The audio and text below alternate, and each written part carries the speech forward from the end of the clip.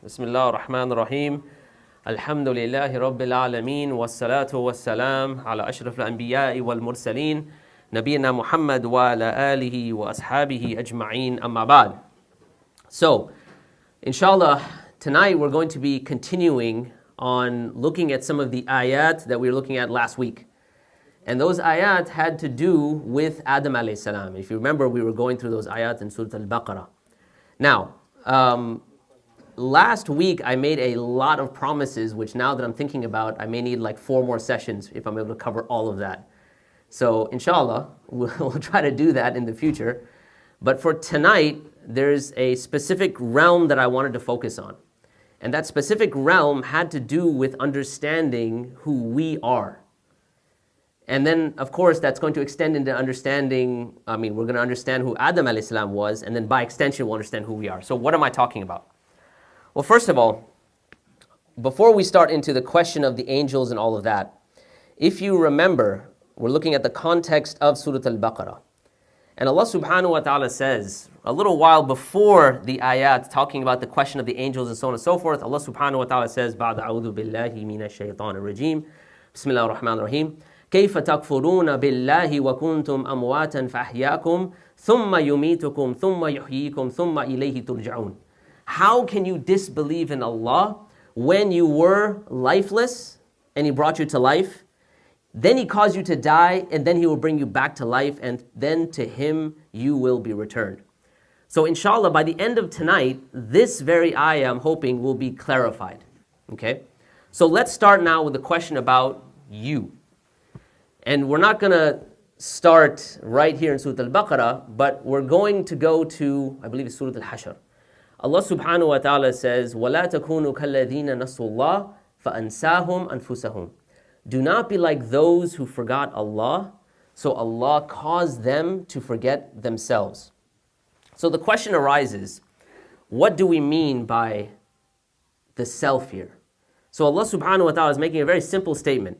Don't be like those who forgot Allah, so Allah caused them to forget themselves. Now, if you think about, let's say, a typical atheist, like the quintessential person that has quote-unquote forgotten Allah, do they forget themselves? Do they forget to brush their teeth in the morning? Do they forget to have ambitions, go to college, get a job? They don't forget any of those aspects. So what does the ayah, in fact, what is it referring to? Do not be like those who forgot Allah, and so Allah causes them to forget themselves. And what it's pointing towards is for us to, for a moment, reflect upon what it means in terms of ourself. Like who we are. Like when I say, for instance, this is my hand, in that sentence, who is the my? All right? Or sometimes I give a different example. I say, imagine, and may Allah protect all of us, that we get into a car accident, okay? And we lose an arm. Are you still you? Well, yeah, okay. Let's say you lose another arm. Are you still you? Okay, yeah. You lose both your legs. Are you still you? Yeah.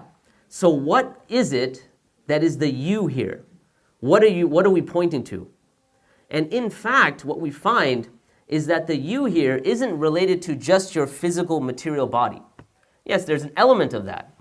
But the real you, the real essence of who you are is in fact your spiritual reality, your ruh, or nafs in one case, right? And that's who you really are.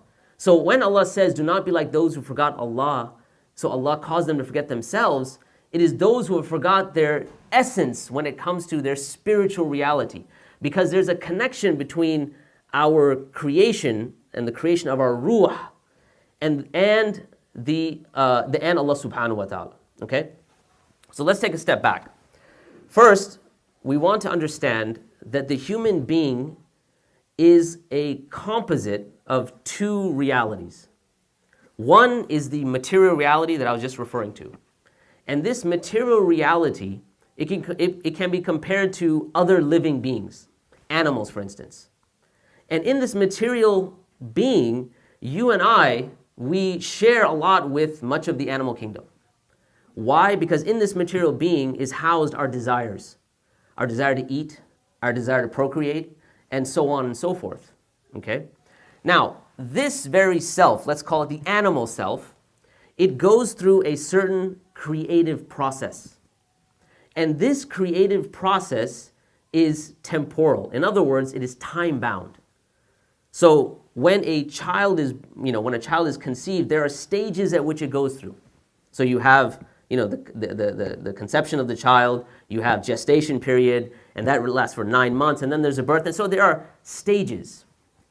So this domain of our material being goes through these stages. And this domain, we can call it alamul khalq. It is time bound. But there's another creative activity of Allah that is not time bound. In fact, it happens instantaneously.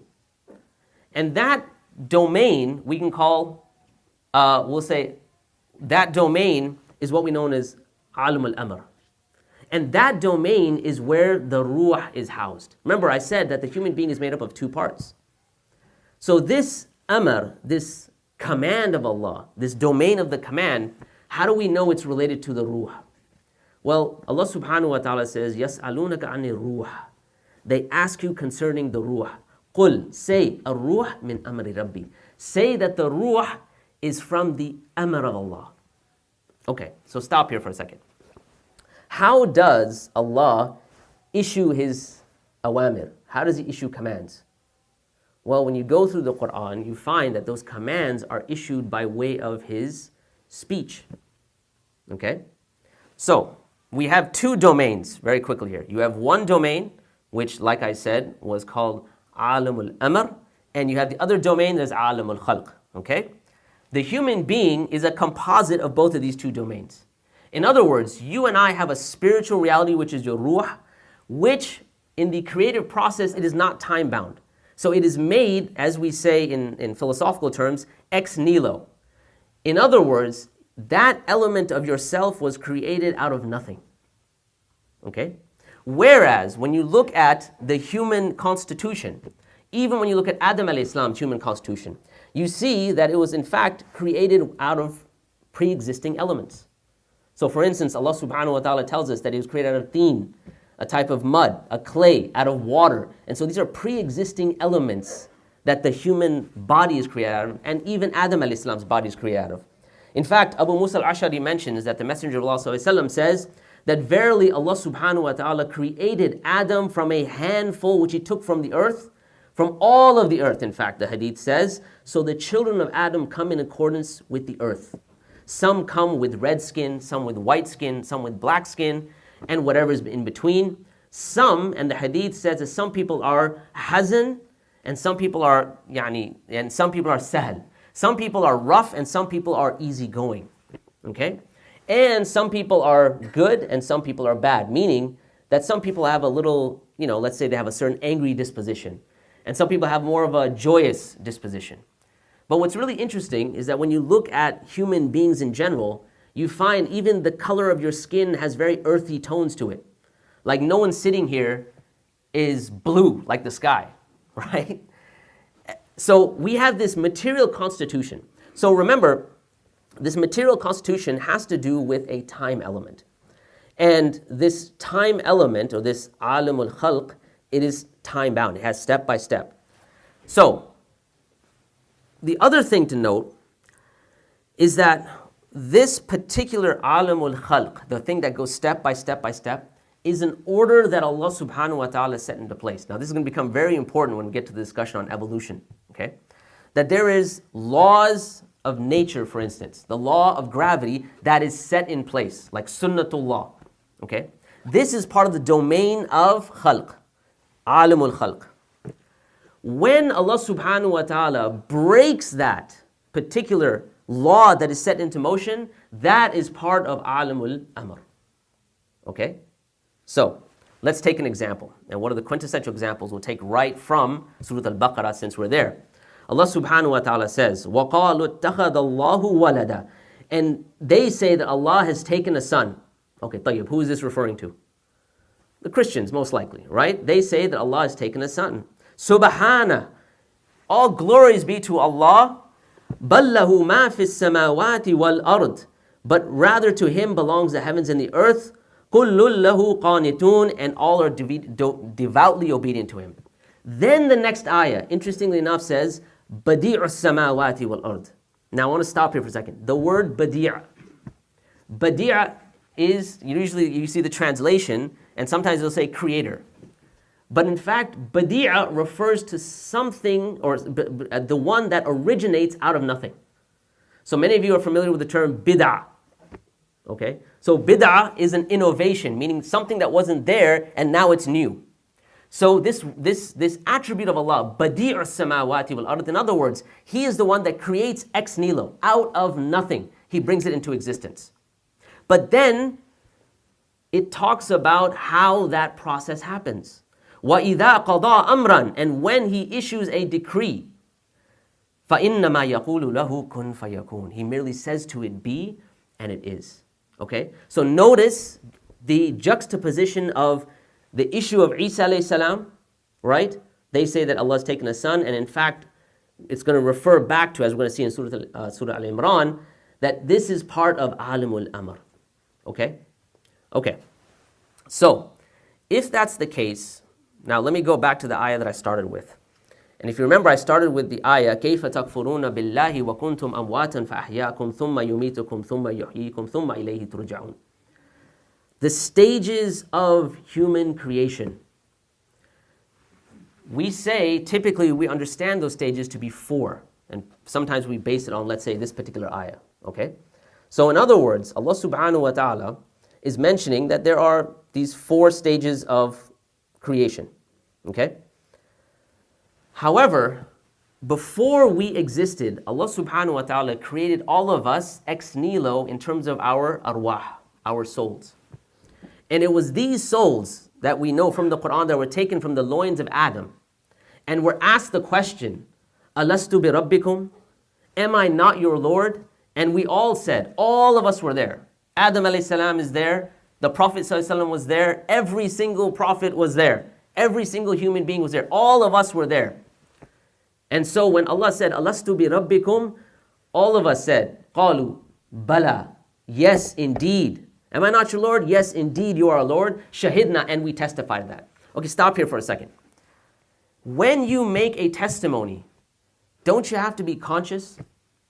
Like even in let's say, in jurisprudence, someone, when they're making a testimony or they're signing a will or whatever the deal is, they usually make a statement to say, I am in my full senses and I'm making this particular oath, this particular proclamation, or I'm signing this will or whatever it might be.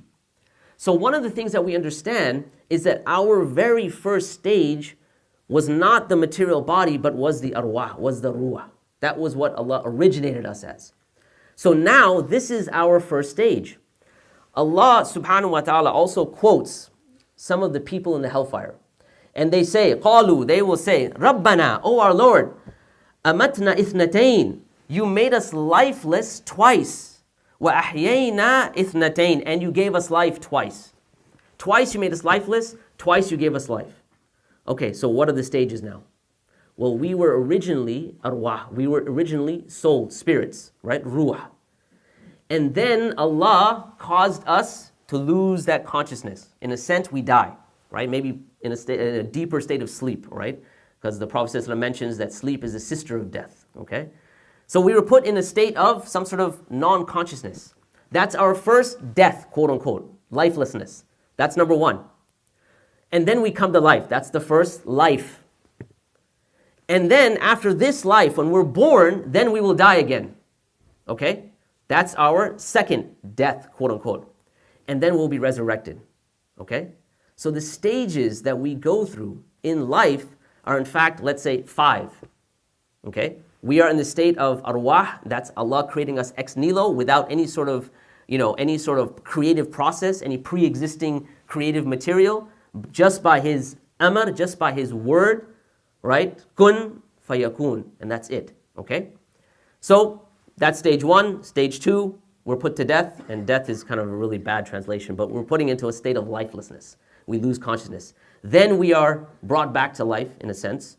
Then we'll die, and then we'll be resurrected again, okay? These are now the stages. Okay, let me come back real quick to the process of creation in terms of our 2 realities. So we said that one part of our reality is our material body. This is where our desires are housed. This is where our desire to eat, desire to procreate, all of our desires are housed here. But now you also have the reality of us making moral choices. Because if you think about the animal kingdom, you don't find within the animal kingdom like a lion chasing down a gazelle, and in the midst of the chase, the gazelle says to the lion, "Stop! What I find that you're doing is morally reprehensible. I refuse." No, animals work on instinct, and those instincts are blind unless there's something to give it some sort of moral code. That moral code is housed in the ruh. So far, so good? Okay. So now, let me come to the creation of Adam alayhi salam. So we have a general idea of what the human constitution is, okay? We have a general idea of these two realms that I spoke about. And like I said, these are going to be important when we speak about evolution and basically the philosophy of science. We're going to get into that in a little bit, inshallah. When Allah subhanahu wa ta'ala creates Adam, He creates first and foremost his outer shell. Okay, we know this from various, ahadith and things like that. In fact, in one of the hadith, Anas reports that Allah's Messenger ﷺ says, when Allah fashioned Adam in paradise, in Jannah, He left him for as long as He willed to leave him there. So now, is He talking about fashioning the entire human being there? No, He's talking about that empty, material, animal self that is made from the earth. Okay? Now, He says He left them for as long as He lived, as long as He leave him there. Then Iblis roamed around to see what actually this creature was. Okay, now Iblis is entering into the conversation. And now he roams around, and he finds him hollow from within. He recognizes that Adam has been created with a disposition that he would not have control over himself. Now, why do you think Shaitan thinks that? Because he's looking at the empty shell. He's looking at this being that is solely desires, animalistic desires, base desires, appetites. And so what is he not seeing? The soul, the ruh, right? So now, he has this particular, structure that Allah subhanahu wa ta'ala has created Adam. What we know is that then Allah subhanahu wa ta'ala does what? He breathes into Adam alayhi salam the ruh, okay?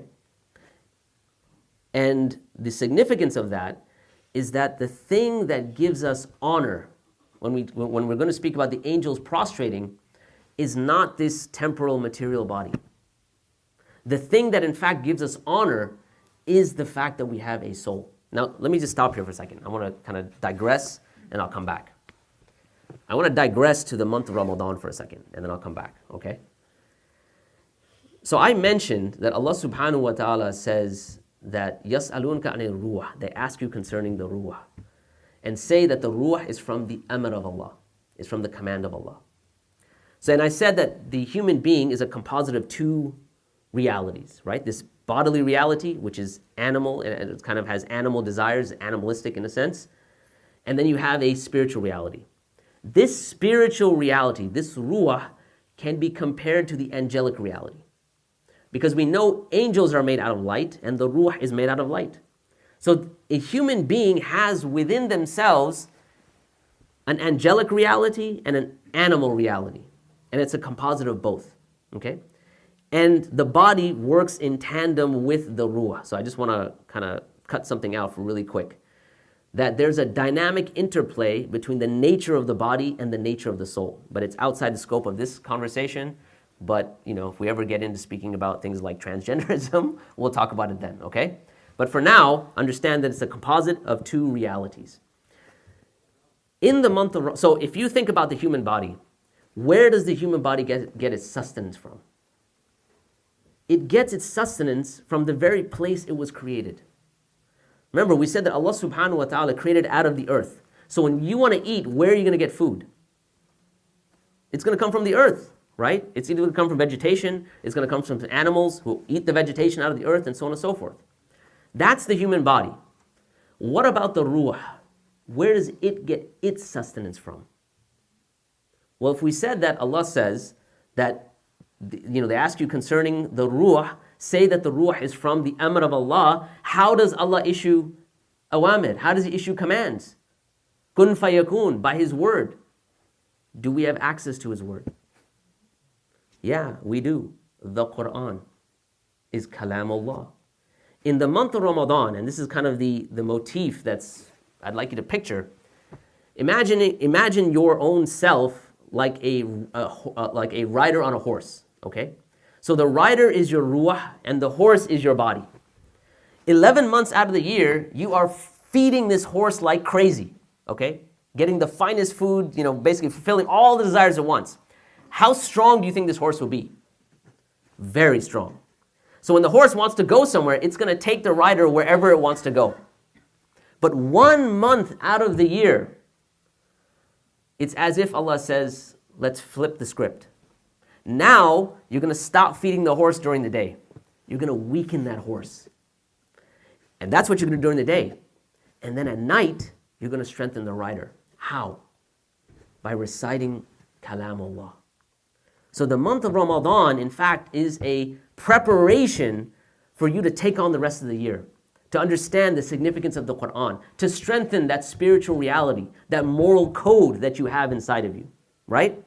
Okay, so this composite of the human being, we said it's two parts. We said that there's a certain creative process. Now let me substantiate that and let me give you a little more, let me bolster that a little further.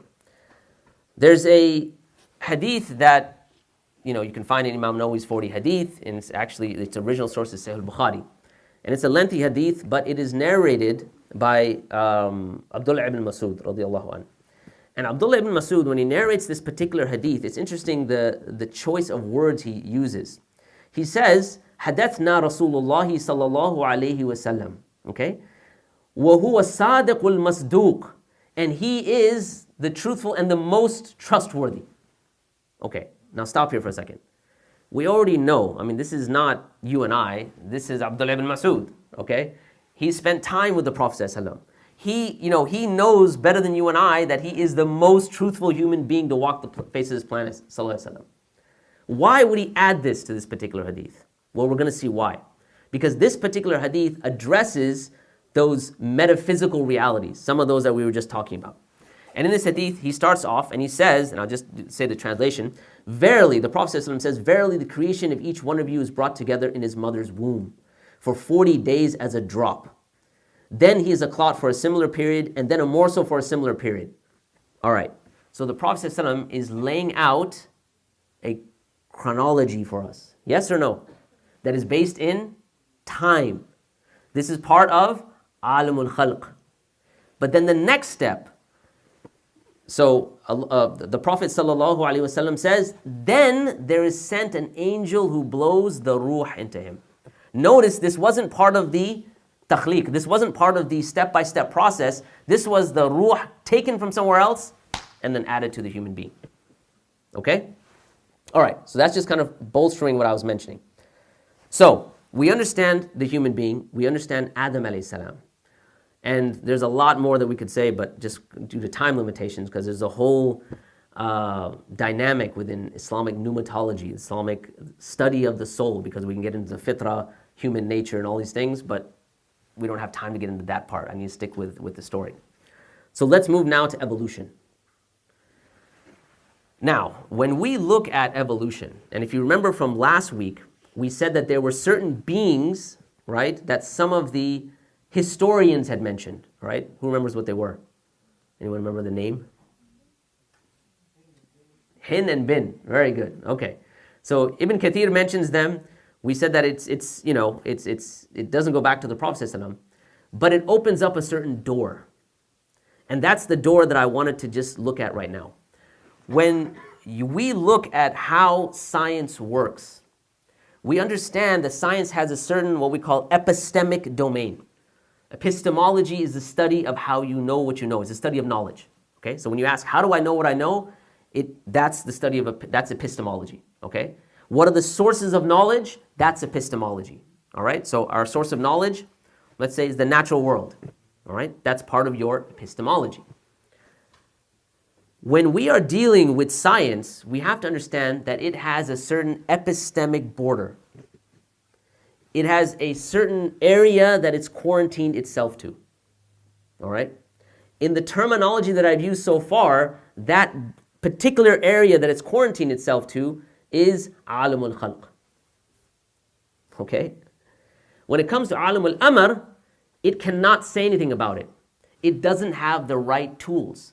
Because what science does in essence is it looks at sunnatullah, it looks at those things that Allah has put into order and sees that there's step one, step two, it analyzes patterns and then it gives an interpretation of those patterns. Okay? That is the domain. That is basically as far as science can take you. Okay? If those patterns are broken, science can't tell you anything more than that. Okay? Why? Because it relies on what we call a first principle, all right, or an axiom, and that is that nature, or rather, that nature is uniform. What does that mean? What that means is that there is a certain order. If I mix hydrogen and oxygen, I'll get water. Correct? Okay. If one day I mix hydrogen and oxygen, I get water, and the next day I mix hydrogen and oxygen, I get milk, and the next day I get honey, and the next day I get something else, this is not order. This is now confusion, right? So there is an assumption about the uniformity of nature, okay? The law of gravity. If I drop something right now, I'm assuming it's going to fall. Based on what? Based on historical precedents. In other words, I've seen things drop 1,000,000 times, so I'm going to assume the next time I drop the bottle, it's going to fall, okay? That is an assumption about the uniformity of nature, and that is an assumption. All right, it's a very high assumption, but realize that science works by analyzing data and by giving it an interpretation. The interpretation that it gives is limited to the natural world because there's an assumption within science, what is known as naturalism. Any explanation for phenomena that we are going to observe have to be given an explanation from nature. They cannot be given a supernatural explanation. And hence, the scope and the area that science deals with is only these patterns, is only alamul khalq. Now you introduce something like alamul amr. Science can't deal with it because it's got an assumption, naturalism. All right? All phenomena are only going to be looked at in a way that is natural. Now, when this naturalism, very quickly, when it moves from the method within science, because then you may say, well, can Muslims do science? Of course you can do science. You make that assumption that, we're going to give a naturalistic explanation, right? The processes that we're going to analyze, we're going to give an interpretation that is natural. The problem arises is that when you get out of the realm of science and you take the same assumption with you, now you move from a method to a philosophy. Now you move from something that is a tool that can analyze the natural world, and you're saying that is how the entire existence works. And this is a huge jump. So you move from what's known as methodological naturalism to philosophical naturalism. In other words, the only valid explanation is natural. Okay? The problem is that there's no way to prove that. It's just a logical leap of faith in a sense. Or rather, there's no logic to it. It's just a leap of faith. Okay? It's a presupposition. Okay. Let's now come to Adam alayhi salam. We now look at, so now we have this robust fossil record. It has humanoids in this record, human-like structures, okay? If your worldview dictates and your method dictates that you can only give an explanation from the natural world, functions within the natural world, then you are limited to saying, this interpretation that I have is going to be the only interpretation, okay? If you're able to extend your epistemic borders and say, hold on a second, our sources of knowledge are not just the natural world, but also we have revelation. If now you've got out of that epistemic cage and you say, we have revelation and we have the natural world, now you can say, okay, we have this data, and now the interpretation of the data may be the hin and the bin.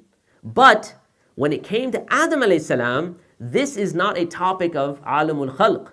This is a concept of alamul amr. Why? Because Adam alayhi salam starts from a process that at its beginning is ex nihilo. The material that Adam alayhi salam actually is created out of nothing. The ruh is created out of nothing. That's why even within the realm of science, topics like consciousness are a hard problem. Because that doesn't deal with the natural workings of things. That doesn't allow you, like consciousness, you have an inner subjective experience, for instance. Science can't tap into that. It can't tell you, like you eat a chocolate cake and you have a certain inner subjective experience. Now, you could tell me about that chocolate cake and say, wow, it tastes chocolate, is sweet, and so on and so forth, but I will never know what it's exactly like for you to eat a chocolate cake. Or let me give a different example. You and I, let's say we look at a certain color and we identify that as red. Now, we can agree on the word red. How do I know the thing that I'm seeing in my mind, red, is the exact same that you're seeing, it's red? For all I know, you could be seeing green and you just labeled it red. Inner subjective experience, science can't access that, right? It has to move from testing to testimony, right? It has to just take your word for it, okay? So when it comes to that, when things break the natural process, when it breaks that, this is where you get into the concept of things like miracles. Miracles are a function of alamul amr. For instance, the miracle of the birth of Isa alayhi salam, right? If you met someone on the street and they said, you know what, that guy over there, he had no father. He was literally born without a father. And you're like, what do you mean? Like his dad ran away? Like, no. He literally had no father.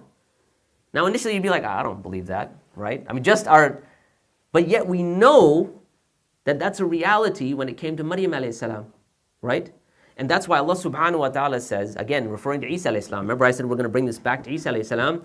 Inna mathala Isa inda Allahi kamathali Adam. The likeness of the example of Isa alayhi salam with Allah is like that of Adam, right? خَلَقَهُ مِن turab. He created him from dust. And here's the point. ثُمَّ قَالَ لَهُ كُن فَيَكُونَ. And you will notice this when it comes to these concepts that break the natural order, have to do with the kalam of Allah. Okay? So that was basically a kind of a brief explanation of evolution and the data that we have, and understanding that we do not have to capitulate to the epistemic boundaries and, let's say, epistemic cage that scientists, or let's say atheist scientists, force us to put ourselves into. Let them be in that cage. You have freedom, right? You have epistemic freedom. All right, that's one thing. Second thing, let's now move on. So now we've talked about the human being. Let's come back to the story itself. So if you remember last week, we started with the declaration that Allah subhanahu wa ta'ala makes, right? إِذْ قَالَ رَبُّكَ لِلْمَلَائِكَةِ إِنِّي جَاعِلٌ فِي الْأَرْضِ خَلِيفَةً.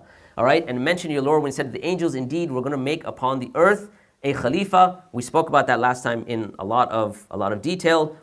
The angels then asked the question, and ever important question, أَتَجْعَلُ فِيهَا مَنْ يُفْسِدُ فِيهَا وَيَسْفِقُ الدِّمَاءَ. Are you going to now create this being where you place upon one who makes corruption and sheds blood? وَنَحْنُ نُسَبِّحُ بِحَمْدِكَ وَنُقَدِّسُ لَكَ. And we are the ones that are singing your praises and worshiping you, and so on and so forth. And Allah says, I know that which you do not know. But there's, it might seem like, okay, end of story, I know that which you do not know. That's it, khalas. But Allah subhanahu wa ta'ala after that then tells us, وَعَلَّمَ آدَمَ الْأَسْمَاءَ كُلَّهَا. Then he taught Adam the names of things. All right? Stop here for a second. This enters into a certain field which we may call, let's say, the philosophy of language, linguistics, and by extension there's another area called semiotics. Okay? When you think about how languages function, we understand that languages basically take a particular sound and they make that sound a sign for something else. All right? Language, in a sense, is a group or a wide swath of ayat in essence. Okay? Because the particular word that you have is not the same as the actual reality. So if you say, I'm feeling sad, your feeling of sadness is not the word sad.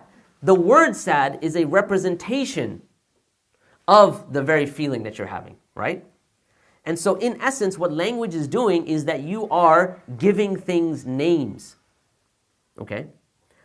Now, because I was speaking about evolution, let me let me mention kind of a monkey wrench that also falls into the evolutionary narrative when it comes to Adam alayhi salam.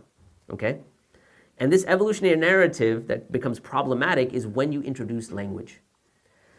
Why is it a problem? Well, it's a problem for a number of different reasons. First of all, how is it that human beings have a sophisticated language whereas other animals don't come close? So animals can make like unilateral, signs or grunts or something, right? So a dog might woof or something. And maybe if you get up to some higher level of sophistication, you might get an animal that can signal for danger. But, dogs, for instance, are not going to give you their opinion about Plato or Aristotle. Okay? They're not going to tell you what their opinion is about the next presidential election. Okay? So when it comes to language, and I'll just mention one element of language, there is the concept of the words themselves, but then there is how the words are formulated. And this formulation, this ordering of words, and then reordering of words, this is not something that, like, let's say children are taught. And children are like the quintessential test case when it comes to language. Now, I'll give you an example. Let's say you have a sentence like, a deer is in the garden, and you want to make that into a question. Okay? So a deer is in the garden. You basically take the auxiliary is and move it to the front of the sentence. Is a deer in the garden? Okay, now if you're growing up as a child, no one actually teaches you that, right? No one says that you take the is, and you basically intuitively understand that. And you might say, okay, that's a pretty straightforward rule. You just take the is and you move it to the front, okay? But let's make a slightly more complex sentence. You say, a deer that is eating a flower is in the garden. A deer that is eating a flower is in the garden, is in the garden. You have two auxiliaries now, two ises here. But how do you know which one to move to the front to make it into a question? Okay, so because you have two options. You could say, is a deer that is eating a flower in the garden? The correct answer. Is a deer that eating a flower is in the garden? Incorrect. How would you know which is to move to the front? Because you have a choice of two auxiliaries here. And let's make this a little more complex. Let's say you were to teach a child that you move in this particular context, you're going to move the second is and not the first is, or whatever it might be. How many sentences would you have to take a child through in order for them to know all of grammar, which nobody does? They intuitively pick this up. And this is something that Noam Chomsky, he's given a certain label to this. He said it is the argument from impoverished input. Okay? Because the idea is that you don't have that much input coming in terms of the information and that which is being taught to you, yet when it comes to the output, that's almost infinite, technically, right? Even in something very simple, even this, let's say I'm talking right now, I could basically come up with a sentence that none of you have ever heard, right? So if I said something like, yesterday I was at 7-Eleven, and I was walking out of 7-Eleven, and this light just flashed above me, and all of a sudden I was sucked into a spaceship. The spaceship took me to the moon, and on the moon the only thing I had to eat was chicken salad. And this chicken salad, I was starving, so I had it, but then I realized I have to pray, but there's no water. So can I make the tayammum with moon dust? I don't know. This sentence, I'm sure you've never heard. Okay? It's limited input, and your output is infinite, right? Technically. So how does that come about? The very function of language is something that just blows the mind. And I'm just giving you one example about auxiliaries. There's a whole range of other things that when you get into the philosophy of language, talk about nominalism and so on and so forth. Again, it's outside the scope of what we're talking about, but understand that language is phenomenal. And language is the reason why you can have intelligence that builds upon each other, or let's say knowledge that builds upon each other. Your epistemic boundaries get extended because of language.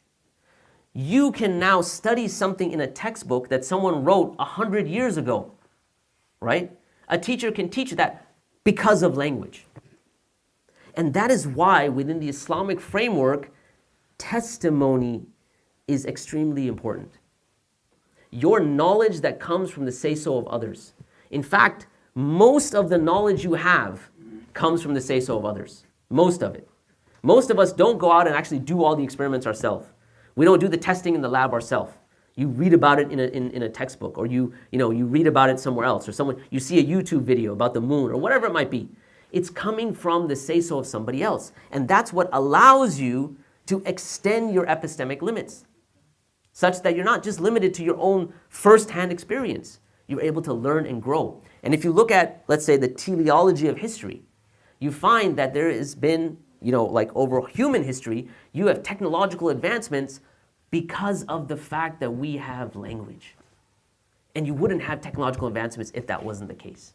So this progress that you have, even by way of technology, is solely based on language. Now, back to the angel's response. So, عَلَّمَ آدَمَ الْأَسْمَاءَ كُلَّهَا. So now the angels, or rather Allah subhanahu wa ta'ala, teaches Adam the names of everything. Okay? Now there's a whole bunch of interpretation. I'm not going to get into that right now. But understand that this is referring to language.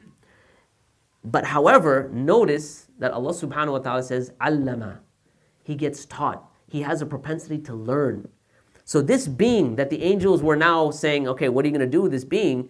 Now it has a propensity to learn. And not only learn, but augment that learning by way of language. It can learn and then learn and extend that learning and augment it by way of language. That's the first thing. So this is like one of the first responses. All right. ثُمَّ عَرَضَهُمْ عَلَى الْمَلَائِكَةِ. And then those things were shown to the angels. فَقَالَ أَنْبِئُونِي بِأَسْمَاءِ هَؤُلَاءِ إِن كُنْتُمْ صَادِقِينَ. And then he showed them to the angels and said, inform me of their names if you are truthful. If you're speaking the truth, okay, name them. What do the angels say? قَالُوا سُبْحَانَكَ. Oh, they said, exalted are you, right? لَا عِلْمَ لَنَا إِلَّا مَا عَلَّمْتَنَا. We do not have any knowledge except what you have taught us. That's the only thing that we know. إِنَّكَ أَنْتَ الْعَلِيمُ الْحَكِيمُ. And indeed you are the knowing and the wise. So right off the bat, they are kind of saying, they're taking a step back and saying, okay, the only thing that we know is what you taught us. Obviously this being has intelligence, but is that the end of the answer? So in other words, you're going to create this being that's going to go on earth, that's going to shed blood. Okay, so it can learn things. So maybe it can learn how to shed blood more effectively, right? Because someone can make that argument and say, wait a minute. So yeah, now we have technological advancement. We have a nuclear bomb. We can decimate millions and millions of people in a flash. So is this really a response to what the angels were saying? Or is it a good response? Well, let's keep going, okay? So then Allah subhanahu wa ta'ala says, قَالَ يَا Adam, O Adam, أَنْبِئْهُمْ بِأَسْمَائِهِمْ. And so inform them of their names. And Adam informs them of their names. And then Allah says, قَالَ أَلَمْ أَقُلْ لَكُمْ إِنِّي أَعْلَمُ غَيْبَ السَّمَاوَاتِ وَالْأَرْضِ وَأَعْلَمُ مَا تُبْدُونَ وَمَا كُنْتُمْ تَكْتُمُونَ.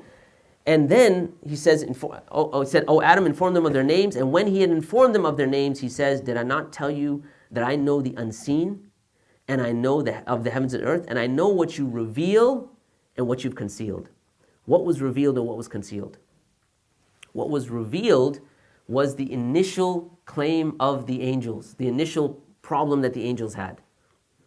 What's concealed here? One way of looking at this is what is concealed is that yes, you've given one understanding of the human being, that their intelligence will be used for just one thing, to shed blood.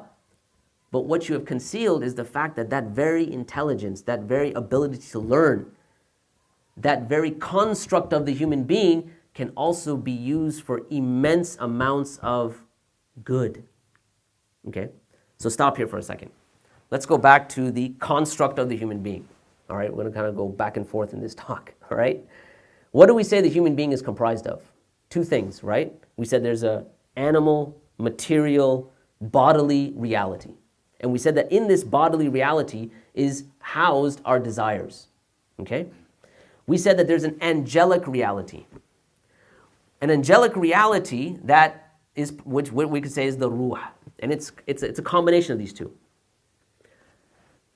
When the human being makes a correct moral choice, because of that free choice, they become better than the angels. When a human being succumbs to their lowly appetites, animal appetites, they become worse than the animals. So what is the potential here? The potential is to be better than the angels that were asking the question in the first place. And yes, there's a potential on the other side. But in order to have that potential in the first place, you have to have the potential, the choice. And so free choice enters into the discussion, but not just any choice. We're not talking about choices like, should I have Wheaties or cornflakes in the morning? We're talking about moral choices. And it's by way of moral choices that the human being is able to improve themselves, to get better and better and better. So let's take an example of a moral, like an ethic, for instance, or a moral. Let's take a look at something like sabr. Ibn al-Qayyim al-Jawziyah, rahimahullah, he mentions that sabr is a reality and a function of the human being only. Because angels don't have sabr. Because in order to have sabr, what do we mean by sabr? So sabr, linguistically it comes from habas, which means to imprison. Okay? So the istilahi or the technical definition is to imprison or constrict or limit the self with regards to obedience of Allah, staying away from the haram and being patient with the trials. Okay? This is a quick definition of sabr. All right? Angels do not disobey Allah. They don't have the capability of disobeying Allah. Animals work on blind instinct, i.e. they don't disobey Allah. What is the only being that can make a choice? The human being. The only being that can exhibit sabr is the human being. When they exhibit sabr, they become better than the angels. When they capitulate and they don't, they become worse than the animals. So the potentiality here is based on the fact that you have a ruh, which is where you have your moral reality, where you make moral choices, and the fact that you can make the choice in the first place. And by making that choice, a person can become better than the angels, a higher state than the angels, right? So when they're asking the question, all right, so you're going to create on this earth this being that's going to shed blood, it's going to cause corruption, and Allah then later on says, I know what you have revealed and what you conceal, what you reveal. What's revealed is only one aspect of it. Because what was concealed is the potentiality of the human project. And among that potentiality is, yes, you have, the Hitlers and all of the Assads or whatever you want to call it, like all the worst people of humanity, right? But amongst that potentiality is also the prophets, the messengers, the righteous, the pious, the shohada, the ones that sacrifice themselves in battle and so on and so forth. There is so much potentiality for goodness that the angels didn't really even think or didn't even consider, okay? So, what is the response to the angels now? You can put it into basically three categories. One, you have a being that is going to be able to reason by way of language, okay? Which is like no other being. Number two, you have a being that has a free choice. And because of that free choice, they are able to choose good or bad, right? Because, even Allah subhanahu wa ta'ala, He says, if He had willed, right? فَلَوْ شَاءَ, and if He had willed, لَهَدَاكُمْ أَجْمَعِينَ. If He had willed, He would have guided you all. Because someone should ask the question, why didn't He just guide everyone? Well, if He guided everyone, we'd be like the angels, like no sort of free choice. What makes this creation better is the opportunity to be able to do better. But in order to do that, there has to be suffering. If there's no suffering, then all your choices are good, and that's it. So where's the potential to be better? Where's the potential for tazkiyah, right? We know the prophets and messengers, they're sent to yuzakkihim wa yu'allimul kitaba wal hikmah, right? In order to purify them. But purification, one aspect, when you look at zakki or zakat, for instance, it's not only purification, but it's growth. That spiritual, moral growth only happens when you're in the context of suffering and warfare and yada, yada, yada, yada, yada, and going through all these things, right? Okay, so that was the response to the angels. Now, last week, I ended on a certain note, and the certain note is that why is it that your wife, if she enters paradise, she will be more beautiful than the Hur al-Ain. Okay? So I'm sure a lot of you came back for that one. Okay. Why is that the case? So first of all, let's understand the concept of beauty, first of all. Okay? So I'm going to take a slight digression here. There is an aesthetic quality of beauty. Okay? In other words, what you see, you can find something beautiful, find something attractive. And there's a certain pleasure you get out of looking at that thing. Okay? Now that could be a beautiful mountain. It could be, like a waterfall, whatever it might be. The point is, that particular thing that you're looking at, it draws your attention because of the pleasure you get out of looking at it. It doesn't draw your attention because it's giving you some sort of logical syllogism for you to solve or something like that, right? It is pleasure, but there's a pleasure part of that. Now that is the external part of that, okay? But when it comes to the Islamic framework, there's a few words that are used for beauty. So one is jameel, okay? So, for instance, Allah subhanahu wa ta'ala in the hadith where the Prophet says, Inna Allah jameel wa yuhibbul jamal. Indeed, Allah is beautiful and He loves beauty. Here, the context of the hadith was what, by the way? The context of the hadith was that a man, when the Prophet ﷺ was speaking about arrogance, so on and so forth, the man says, Ya Rasulullah, is it wrong for me to like good clothes, like nice sandals, good clothes? And that's when the Prophet ﷺ says that, Inna Allah jameel wa yuhibbul jamal. So specifically, it's talking about looking good. In other words, there's the aesthetic that's being spoken about here. So there's the external aesthetic. But there's also a beauty that's related to the internal reality. And that internal beauty has to do with one's character and moral choices. And that beauty is encompassed by a word which is hasan. Now, when you want to take both of these words, let's say jamal and hasan, right? Something jameel, okay?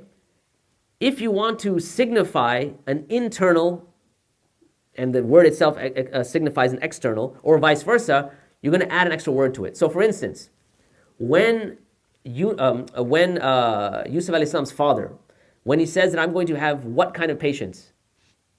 Sabrun jameel. Why? Because sabr is that moral content, right? So yes, there could be an internal beauty, but now he's giving it a higher rank by saying it is not only just it's not only just sabr, but it's a beautiful sabr, as if to say there's almost like an external component of this.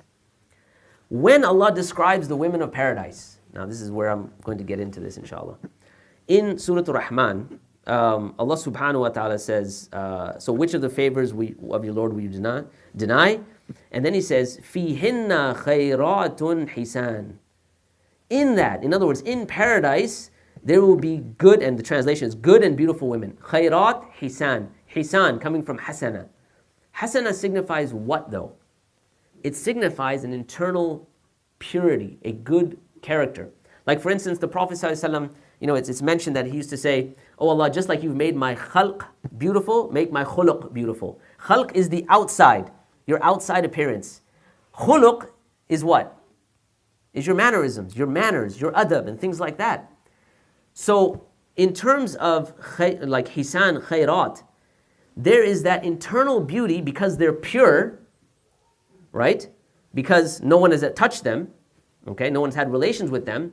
But then Allah says, that there's that internal, but khayrat is referring to the external, the aesthetic. So their beauty is not just outside, but it's inside as well. Okay, so what does this have to do with wives going to paradise? Remember we said that the human being has the potential to be better than the angels.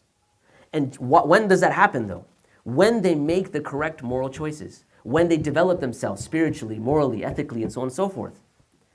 If that's the case with being better than the angels, how much more so is it the case for a woman that has chosen the correct morals and elevated herself above the angels and thus elevated herself above the Hurul Ain?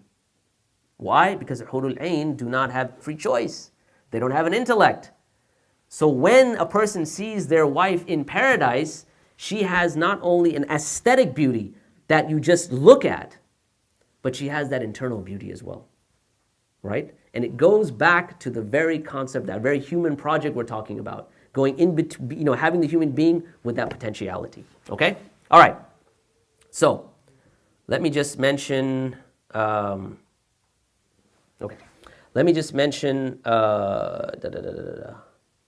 we spoke about that. All right, let's go back to the story very quickly, inshallah.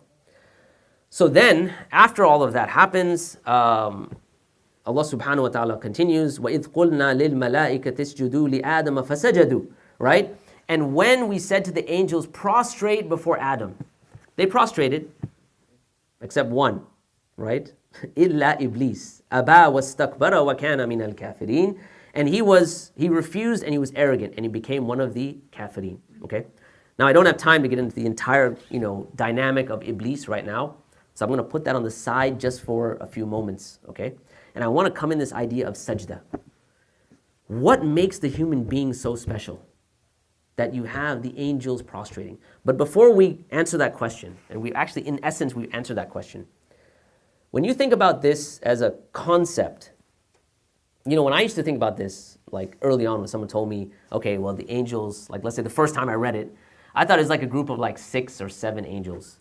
And then they prostrated, and then Iblis was the one that just didn't prostrate. So you got 6 or 7 angels and that's it, okay? But then, later on, we read in Surah Sad, Allah subhanahu wa ta'ala says, فَسَجَدَ الْمَلَائِكَةِ, all right? So the angels prostrated. كُلُّهُمْ أَجْمَعُونَ, all of them together. Now stop here for a second. All of the angels. When the Prophet ﷺ was coming back after the first revelation, there's a hadith that mentions that when he looked back, he saw Jibreel alayhi salam in his actual form. And Jibreel alayhi salam took up the entire horizon, 600 wings, and off the wings there were dripping pearls and things like that. Now I want you to imagine that for a second. Everywhere you look in the horizon is just Jibreel alayhi salam. Was Jibreel alayhi salam one of the angels that prostrated Adam? Yeah. In fact, it wasn't only just Jibreel, the head of the angels. It was Israfil, it was Mikael, it was all of the angels. One day when the Prophet ﷺ was walking with the Sahaba, they heard a creak like the creaking of wood. So the Prophet ﷺ said, do you know what that is? And the Sahaba said, Allah and His Messenger know best. So the Prophet ﷺ said, that creaking that you hear is that is above the heavens, and there's not a hand span in the heavens except that there's an angel that is bowing, prostrating, and worshiping Allah, and they will continue to do that until the trumpet is blown. And when the trumpet is blown, they will raise their heads and they will say, "Oh Allah, we have not worshipped you as you deserve." Now, stop here for a second. When the Prophet ﷺ talked about the heavens, he said if you were to, or the description of the heavens, we said that one heaven to the next heaven, right? And here we're not talking about paradise, we're talking about the heavens, there's a difference. One heaven to the next heaven. In other words, you have Sama' ad-Dunya, which is basically the galaxy or the cosmos that we are in, compared to the next heaven, is like taking a ring and throwing it into the desert. One heaven to another heaven. Then you have another one on top of that, which is like a ring and throwing it in the desert. Then you have another one on top of that, which is like a ring throwing it in the desert. Now you start thinking about all of that space, you'll go crazy trying to think about it. There's not a hand span except that there's an angel worshiping Allah.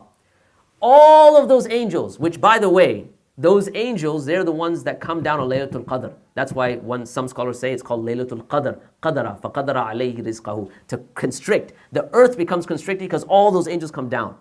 But who are the ones that prostrated to Adam? All of those angels. They prostrated to Adam. And not just one at a time. Allah subhanahu wa ta'ala says, ajma'un, together. All of these angels, with the enormity and what we understand about angels, they all prostrated Adam. And then there was like one left right there. Right? You can imagine like all of them, this one guy, right? And you're like, oh my gosh, right?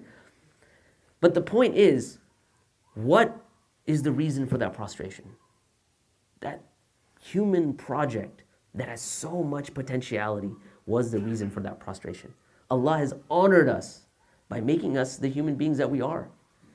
And that we're able to fulfill that by worshiping Allah, obeying Allah, and being moral, agents for moral good, as they say, in the society around us.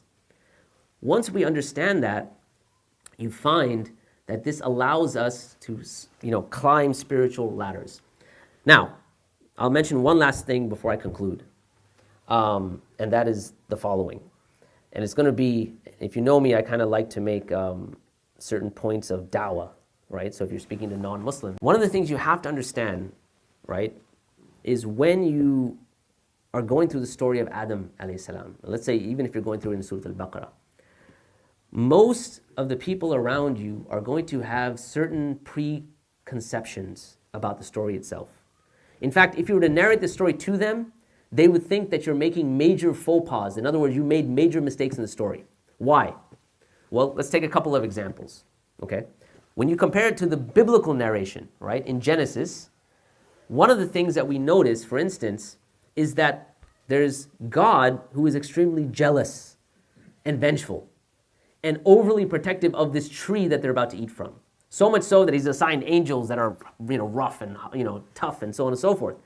Why was why was God in this narration protecting this so much? Because if you eat from this tree, you become godlike. And that was a no-no for Adam and his wife and so on and so forth. When you look at the Quranic narration, Allah simply says, don't eat from that tree, right? Don't go close to that tree. That's it. Not like, there's going to be... Okay, that's number one. Number two, the idea that this was just a slip. Because later on in the story, فَأَزَلَّهُمَ الشَّيْطَانِ. So shaitan caused them to slip. Not like, okay, they made this major mistake that has, cosmological consequences for all of history. No, it was a slip. That's not something the people around you are used to hearing, that it was just a slip. Think about when you slip, it's almost like it's not even your fault, right? You didn't see the puddle in front of you and you slipped, okay?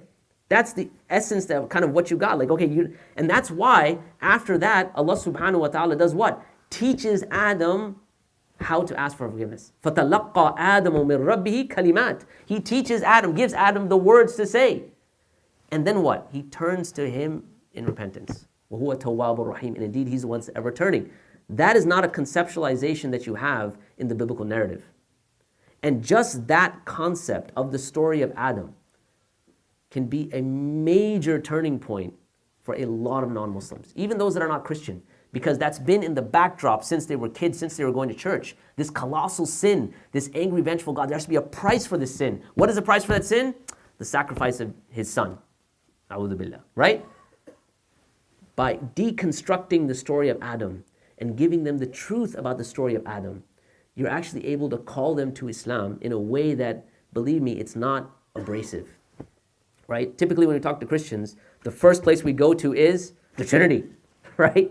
Let me tell you why 1 + 1 + 1 is not 1, right? But the approach, or a potential approach, could be to take them to the story of Adam alayhi salam, because that's where all of the baggage is coming from, okay? So I'm going to go ahead and stop there, inshallah. We can open it up for Q&A because I have some time. And then, there's more of the story and then there's more we can talk about, but we'll have to leave that for another session.